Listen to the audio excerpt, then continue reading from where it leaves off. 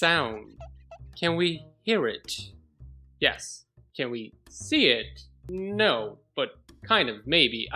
I'm not a scientist, but I know that when you close your eyes, you can still visualize things, so we can say yes in a technicality, but let's just say that when you hear sounds in the real world, there's more things happening to your brain than just hearing sound. It's a thing that we all do, well, not everybody unfortunately, but let's say a majority of people. I am not very good with words, but I want to talk about sound, isn't that interesting? Sure, sound plays a very important role in the real world, but since I am a person that doesn't like the real world and likes to escape into fantasy, I want to talk about something else. I want to talk about sound in movies. I know I have big brain energy coming out of me because I am talking about something specific. This is not a showboat video, this is just a nice love letter for something I got quickly acquainted to and very fascinated by, which is sound design and Foley work. I'm not wanting to make a video on score and dialogue. One, I am completely tone deaf and couldn't make a tune if it was to save my life, and dialogue is hard for, again, I cannot speak good. So let's go with other things that I can understand, like banging noises and footsteps. Those are clear, understanding things of the environment. Everything you hear for most movies, every single step, every single movement of clothes, wind, any other thing are usually created by Foley artists or just sound designers with a sound library. But again, if they were to just create movies using sound libraries over and over and over again, they would get old fairly quickly. Their job is to create an image, a whole new dimension, using just sound, and I love that about them. Sound design and Foley work is truly the work of mad individuals trying to create a thing out of sometimes instruments that you wouldn't think would make certain sounds. Foley artists are just crazy people that go into the world with little recording things and just sometimes pick up sounds that they go, I could use this in the future, and I somehow can visualize in my head that this baby elephant's cry for help sounds like a T-Rex roar. The key element is the high frequency scream element, which is a baby elephant that we recorded. Here it is by itself, the little cute baby elephant and the high-pitched scream that it made.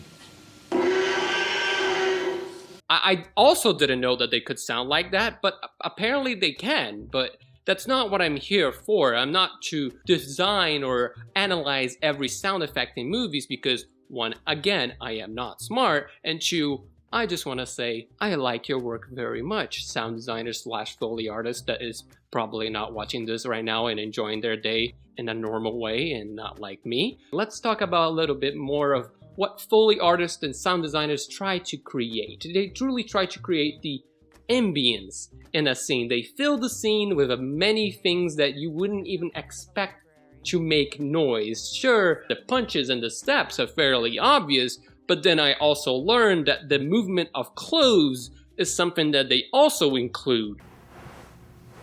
That was never a thing that crossed through my mind, that how they got those things into the movies, but now I know, now you know, and now you know that these people are probably kind of a little bit insane because one, they create these sound effects with their ridiculous amounts of props and also an organizational nightmare of a studio. It looks like an unfinished business filled with hoarders. I feel so bad for whoever has to put these back in place.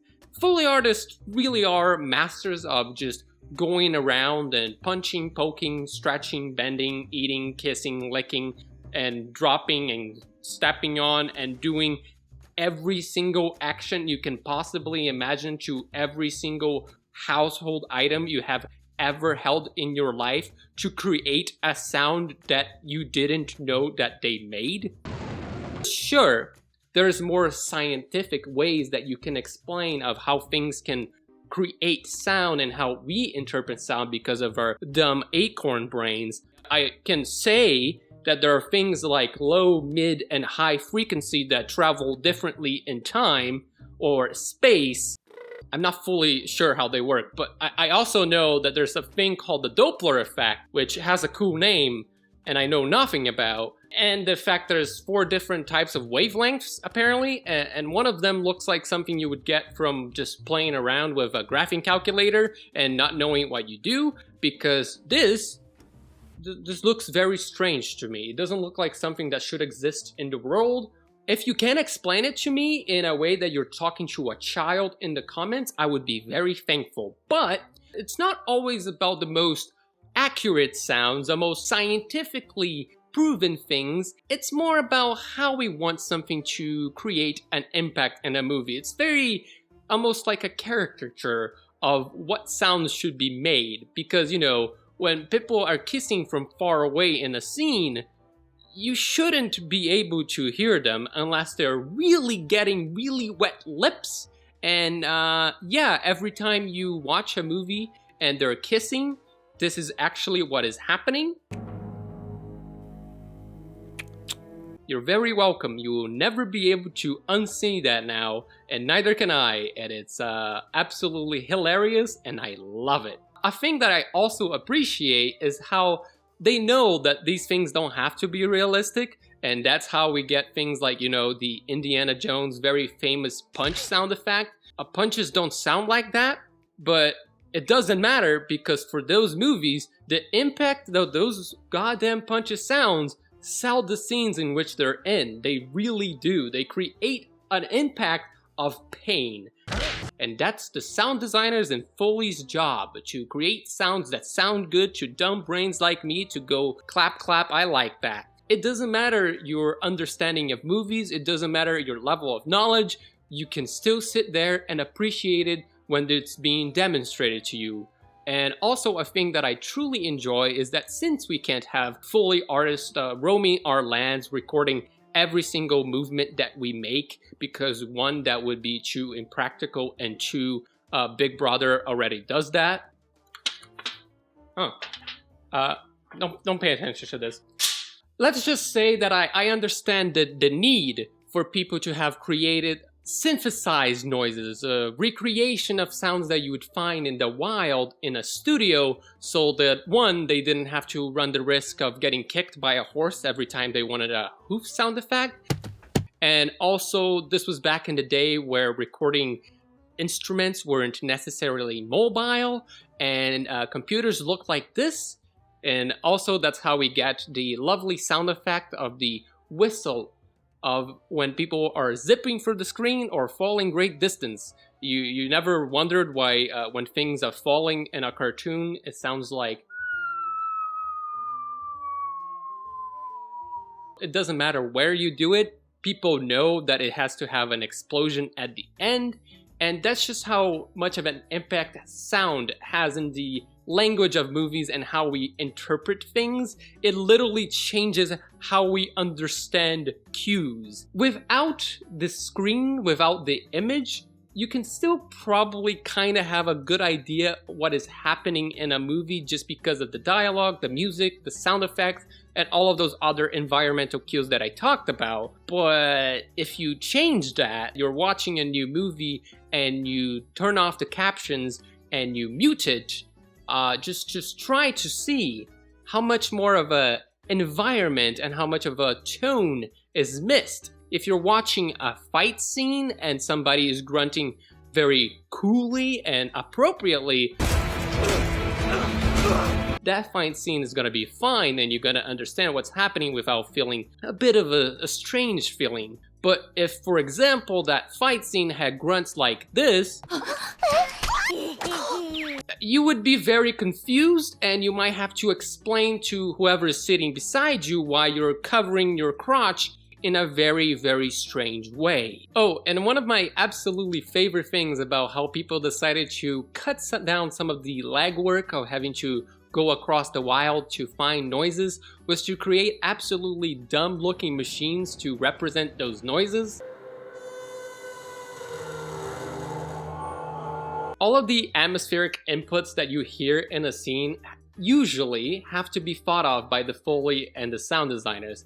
And sure, that's not true for every movie, especially ones with very little budget or indie, but for anything that is big budgeted and released around the world, that's pretty much the standard. A lot of the sound that you hear in the movie was not there previously, not even the dialogue. But then again, we're not talking about that. We're talking about other inputs in the movie. And it's just fascinating to me to see how they have literal panels of people to discuss what is the best sound of somebody stepping on that ground, opening up that door, kicking in something, or how wet do we need our bugs to be.